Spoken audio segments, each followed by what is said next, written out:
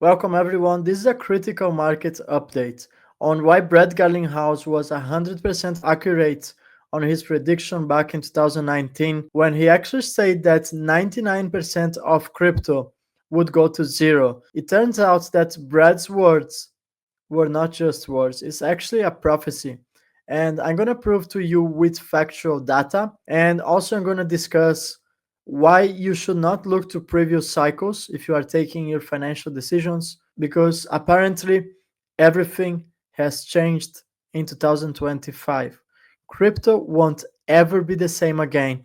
So let's get on the video. Here's the quote of Brad Garlinghouse, where he said that 99% of all crypto goes to zero. I think Brad knew something, and there is a reason why this quote is actually materializing 4 years later. So let's jump to Bitcoin chart, and I want you to go to trading view on the 5-year time frame. So you're gonna have the exact same chart as I'm showing to you on the screen. And as a matter of fact, there is a very concerning indicative that 99% of content creators are ignoring. I think because that's not a compelling narrative that doesn't generate as many views as telling you guys that, well, Bitcoin is going to go to $1 million or 500,000. I want you to pay close attention to Bitcoin chart and let's focus on the volume. All the way to the previous bull run, we had a very high volume until the volume started to decrease exponentially from 2022 onwards. I'm going to zoom this in so you're going to have a look at the volume. This is a huge week in 2016, so there was extremely high volume when Bitcoin was trading at very low prices. So do you really think that the BlackRocks, the Grayscales didn't know about BTC? So here's where things get interesting. If you see, the volume really started to pick up on 2015, and then we had this massive spike in volume all the way towards 2018 over here on the chart. And then if we actually advance to 2022 and 2021 on the previous bull run, you can see that the volume starts to actually decrease. Let's watch it carefully. First, you have to see that volume was extremely high all the way from 2015 onwards to 2018, all the way to 2020. And actually, I'm going to zoom in on the chart so you're going to have an idea of what I am talking about. As you can see over here, 2015, high volume. 2016, high volume. 2018, the same patterns playing out all the way to the previous bull run that was the real bull run. And then suddenly, despite making new all-time highs, the volume suddenly disappears. And that starts to happen at 2022. So the last spike of high volume was over here, as you can see, and then the volume starts to decrease all the way to non-existent volume back in 2024. And it's very interesting that to make new all-time highs, you don't really need high volume. And the proof of that is on the chart over here, because despite having a very low volume, that, as you can see on the chart, is 300% lower. As you see on this time frame, you can see perfectly that in some cases it's even 500% lower. You don't need a high volume to make new all-time highs, but you do need high volume to have strong support levels. And the data is telling you something very unique. Institutions bought Bitcoin indeed in 2018. They also bought here in 2017. All this spike of volume on the way to 2022. So basically, the last time that I can see a high volume here on the charts is actually 2021 over here. That indicates that financial institutions were actually buying Bitcoin at lower levels. And right here is when they are offloading their Bitcoins. That's why mainstream propaganda has targeted retail investors, especially here at the peak. All the great news, they came here. All of the bullish narrative, Bitcoin strategic reserve, Bitcoin ETFs, all near to 100 and above $100,000. They really tried to keep as much high as possible to offload their bags, because remember, they bought here, they bought all the way here, and they wanted your exit liquidity here. That's why I have people like Michael Saylor, who is telling people to sell their houses and go all in into Bitcoin, because the financial institutions really need exit liquidity. I'm going to make this very clear. This cycle is different from the previous cycles. How I know that? Well, the data is here, and now we're going to go to the next chart. So all the OG coins, they didn't have a bull run. So let's have a look at some of the OG coins. Really had a massive bull run on the real bull run back in 2021. So let's see what's Matic doing. Oh, very interesting. It's sitting at bear market levels. Why this coin didn't have a bull run? Very interesting, right? Now let's jump to another chart. This is Cosmos. Look at this chart. This is a strong ecosystem. This is Atom. This has real users. This is not a meme coin. It's one of the oldest coins, which had a massive run on the previous bull run. Right now, it's sitting below bear market prices. Same thing plays out. GRT, the graph. This is a real project. The only problem is that they are built on the wrong ecosystem. It's not sustainable. Most coins built on top of Ethereum, they will not survive. Our GRT is trading below bear market levels. There's a high chance this chart will never recover. Or we want to have a look at Trump coin. Do you think this coin is going to ever recover? This coin has crashed over 90% from the peak here. This is going to never recover. The reason why I'm telling you that everything has changed, first is because we don't have enough liquidity on the markets, credit card delinquencies, hyperinflation, AI replacing most of the jobs. People are in financial struggle. There are less order books in the markets. That explains why we have less liquidity. But besides the economical situation, there has been also changes in the crypto ecosystem.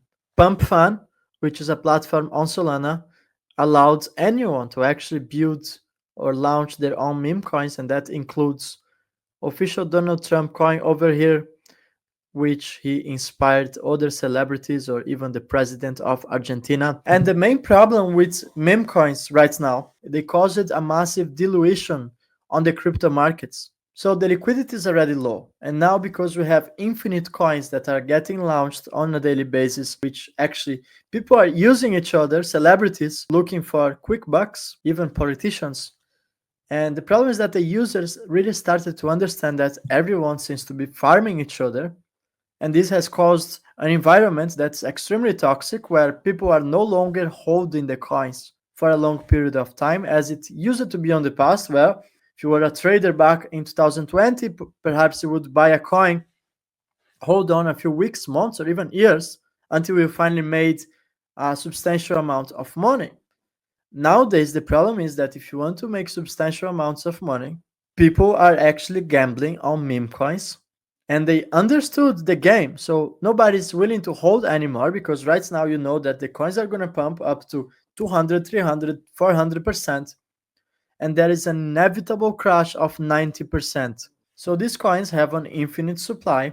And considering there is already low liquidity in the markets, there will never be enough money that will ever pump. Most of the coins are dead. Most of them are going straight to zero. As you can see on the charts, there is actually nothing hold these coins. There's no utility, there is no ecosystem to most of them. And even the ones, the OG coins, such as I mentioned, the atoms, the quants, the GRTs, all these coins are now doomed because most of these coins didn't even have a pump. We're talking about coins that are below bear market prices. What are the winners of this bull run? The real winners, I'm going to show you. So if you want to know the winners, well, have a look at XRP. Have a look at XLM chart, XDC. Well, there is a handful of coins which are the real world utility. The coins that are deflationary by nature. Not inflationary like Bitcoin. I'm talking about the real ones. Just like XRP, which stands as a deflationary coin. And we can see the pattern playing out that XRP supply is decreasing. The circulating supply has been decreasing exponentially. Well, XRP is still up nearly 300% despite the market correction. So it has been a blessing because XRP has been fundamentally one of the greatest performing assets this bull run. So right now there is a division happening. There's a separation, and that's going to be real world utility assets over here. These are the assets that are going to have a perpetual run. There will not be a bull run. It's going to be a perpetual run. because such assets are driven by utility. Over here you have the speculation, and that's the bitcoins, and that's the meme coins. That also goes to Bitcoin, and that also goes to failed technologies. Do you really think that the GRTs, the quants, the atoms, they were built with outdated technologies? There's no reason why anyone would use such projects that has nothing that can really drive enough demand that's gonna fix the broken charts. You can't really fix these charts. There's just too many tokens out there. And the more meme coins are getting created, people just trying to make money fast. That's what everyone's seeking on this ecosystem. But nobody wants to pay the price to be a long-term wise investor, which is what XRP holders did. They had conviction, they studied the ecosystem, and that's why XRP holders are now sitting on the best performing assets this bull run. The narrative for Bitcoin is coming to an end. I don't know how to tell you this. As you can see, even El Salvador has abandoned Bitcoin as legal tender after failed experiments. We never seen so many outflows on the ETFs. The BlackRocks and the Grayscales, they were selling their BTC above $100,000. Guess what was happening back there? The president of the United States was speculating on the crypto markets, almost begging people to buy BTC. And right now, the crash has already begun. And the time for separation is coming. There will come the time where XRP is going to decouple from Bitcoin. We've never been so close. And honestly, the whole scenario has changed. What is now considered to be early to a coin? Before, buying early to a cryptocurrency would be in the few weeks, perhaps in the few months, even in the first year of the project. Right now, to be early to something, you need to be there on the first 60 seconds. People are now locked in a bad way because they are on the phones, constantly scrolling, trying to find the next pump, the next big pump by a celebrity or by anyone who decides to farm on investors. And what's happening? 99.9% of the projects that are being launched are sucking in all the liquidity of the crypto markets, making sure that the OGs that are actually sitting below bear market prices will never recover, first of all. And second, they all crash into zero. So the concept of being early has changed. To be early now, it's virtually impossible if you are not online 24 hours per day. Hence why just a few days ago, someone even took his own life trying to pump a meme coin, which is extremely sad. It's actually very bad for the mental health of crypto investors because the whole thing became a casino. That's what it is right now. It became unsustainable. I live from crypto. Crypto flows through my veins. I know it's not popular to come out and say that the ecosystem is dying. Utility tokens are going to thrive, but a lot of pain is coming because most of your bags, and I'm not talking to XRP holders, I'm talking in general, most of your bags will never recover. Most cryptos are doomed to fail. There won't be a recovery for them. And that's going to be extremely painful for people who are bag holders and they are hoping that there will be an out season. There will be no out season. It's over. I'm telling you, there will be a utility season, a perpetual cycle for assets that are driven by real world utility and there's real demand.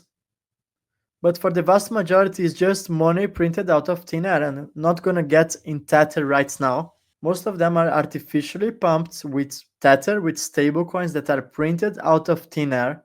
And that goes for Bitcoin as well. Bitcoin is just a digital asset. There is absolutely nothing special about BTC rather than the belief that is the king of crypto. That's going to change very soon. And for all you utility investors, I only say congratulations.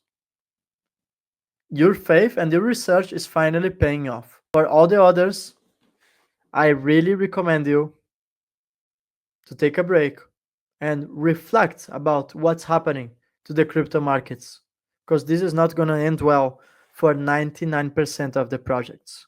Don't. If you made this to the end, drop in the comments so I want to know who are the real ones. Thank you everyone. Gonna see you in the next video.